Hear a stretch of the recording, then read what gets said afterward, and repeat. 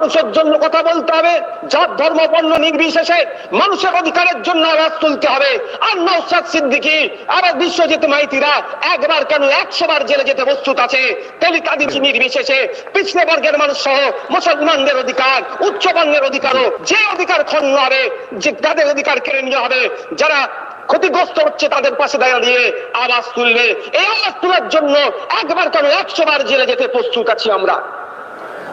বন্ধুগণ, আমি আর বক্তব্য দীর্ঘায়িত করব না। আমি আপনাদেরকে বলবো, আমার বোন, আমার বাড়ির মেয়ে তিলোত্তমার কথা ভুললে হবে না। আজকে তিলোত্তমা যে সন্ধ্যায় রায়কে দোষী করছে, আমি আশা করব তিলোত্তমার পরিবারের সাথে আমরা সকলে আছি তো নাকি ভাই? কারা কারা আছে হাত তুলুন। তিলোত্তমার পরিবারের সাথে কারা কারা আছে হাত তুলুন। তিলোত্তমার পরিবারের সাথে আমরা সকলে থাকবো এবং তিলোত্তমার পরিবার যতক্ষণ না নাই পাচ্ছে আমরা তিলোত্তমার পরিবারের সাথে লড়ে যাব। আজকে বিচার ব্যবস্থা এভিডেন্সের উপরে চলে। যাদের এভিডেন্স কালেক্ট করে প্রোভাইড করার দরকার, সেই অপদার্থ ব্যর্থ সিবিআই তৃণমূলের সাথে বিজেপির যোগসাযোগে আমার তিলোত্তমা বোনের যারা যারা দোষী অনেককে লুকিয়ে দিয়েছে, এটাকে আমরা ছাড়বো না। গণতান্ত্রিক প্রক্রিয়াতে আমরা জবাব দেব।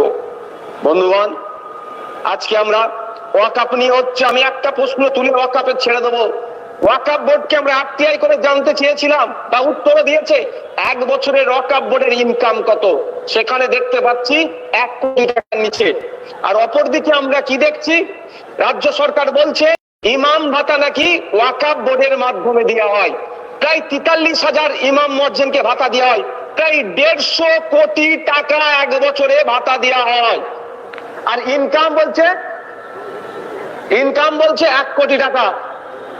তাহলে আপনারা বলুন, তাহলে বাকি 149 কোটি টাকা কোথা থেকে আসলো, এটাও আমাদের জানতে হবে। আমি সকলকে 2026 সালে আমরা ব্রিগেডে আসছি, আমাদের ব্রিগেডে দেখা হবে। ধন্যবাদ। ইন্ডিয়ান সেকুলার ফ্রন্ট জিন্দাবাদ। জি ভাইজান, ধন্যবাদ আপনাকে। জি ভাইজান বক্তব্য রাখলেন। আসুন আমরা কিছু স্লোগান দিয়ে আমাদের কর্মসূচি শেষ করি।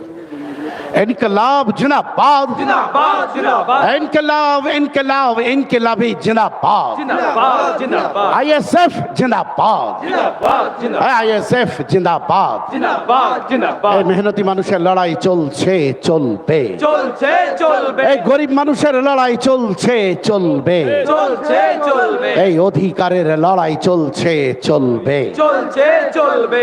আচ্ছা, আমি এরপরে যা বলবো তারপরে আপনারা শুধু বলবেন নওশাদ। সামনে দেখো নওশাদ, পিছনে দেখো নওশাদ, পুলিশ দেখো, নওশাদ, সবাই দেখো, নওশাদ, মমতা দেখো, নওশাদ, এই অভিষেক দেখো। নওশাদ। যেতে যেতে